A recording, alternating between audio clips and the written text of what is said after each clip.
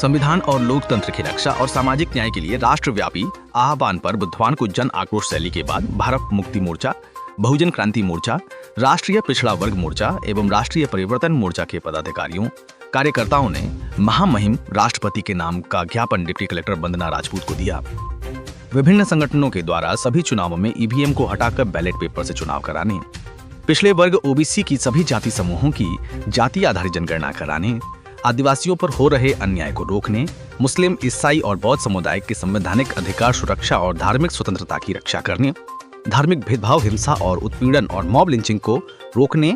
सरकारी कर्मचारियों को प्रोन्नति देने और आरक्षण तत्काल लागू किए जाने, बहुजन समाज से जुड़े अन्य महत्वपूर्ण राष्ट्रीय तथा स्थानीय मुद्दों मांगों को पूरा किए जाने की मांग की जा रही है। प्रदेश अध्यक्ष युवा मोर्चा मध्य प्रदेश जनक सिंह परमार, भोपाल संभाग प्रभारी भारतीय विद्यार्थी मोर्चा बीएस भदौरिया, ओबीसी महासभा चंद सिंह मेवाड़ा, कार्यकारी जिला अध्यक्ष जनपद भारतीय मुक्ति मोर्चा जूल सिंह मालवीय, बधोलो सिंह, राम सिंह मालवीय, घन सिंह मालवीय, प्रेम नारायण सोलंकी, भवानी सिंह मालवीय, अजय सिंह, रामचरण मालवीय आदि शामिल रहे। पूरे भारत के अंदर 650 जिलों में आज हम ईवीएम के विरोध में, साथ ही साथ ओबीसी सहित सभी जातीय समूह की जाति आधारित जनगणना की जाए, साथ ही साथ जो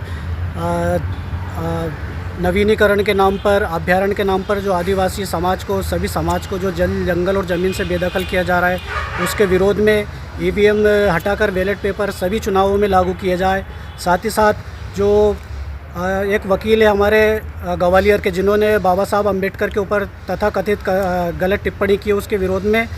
साथ ही साथ और जो आए दिन अन्याय अत्याचार बहुजनों के साथ अन्याय अत्याचार हो रहे हैं, उसके विरोध में आज हमने सीहोर जिले में ज्ञापन दिया है माननीय महामहिम राष्ट्रपति महोदय के नाम। आबादी ओबीसी वर्ग की, पिछड़ा वर्ग की कितनी है, जब तक ये जानकारी नहीं होगी तो उसके हिसाब से जो भी नियम और उसके बनते हैं वो नहीं बनेंगे। तो सबसे पहला हमारी मांग ये कि जातिगत आधारित जनगणना की जाए और संख्या के अनुपात में ओबीसी को आरक्षण दिया जाए,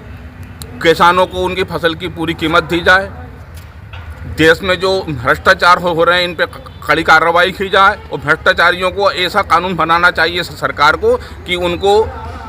मौत की सजा हो। सरकारी स्कूल को बंद कर रही है और प्राइवेट स्कूल को प्राथमिकता दे रही है। इसके बाद जो हमारे जो कर्मचारी हैं, वो कर्मचारी अपना 60 साल अपने जीवन अपनी नौकरियों को देते हैं, लेकिन जैसे ही उनको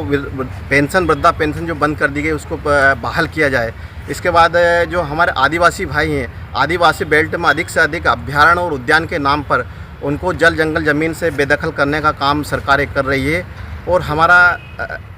जो राष्ट्रीय मुद्दा है वो ईवीएम मशीन का है। जिस देश से चाहे कांग्रेस की सरकार हो चाहे बीजेपी की सरकार हो, वो जो बनती है वो कहीं ना कहीं ईवीएम के मशीन के माध्यम से बनती है। तो ईवीएम मशीन को बंद किया जाए और बैलेट पेपर से चुनाव किया जाए। जिस देश ने इस मशीन को बनाया था उस देश ने बंद कर दिया था।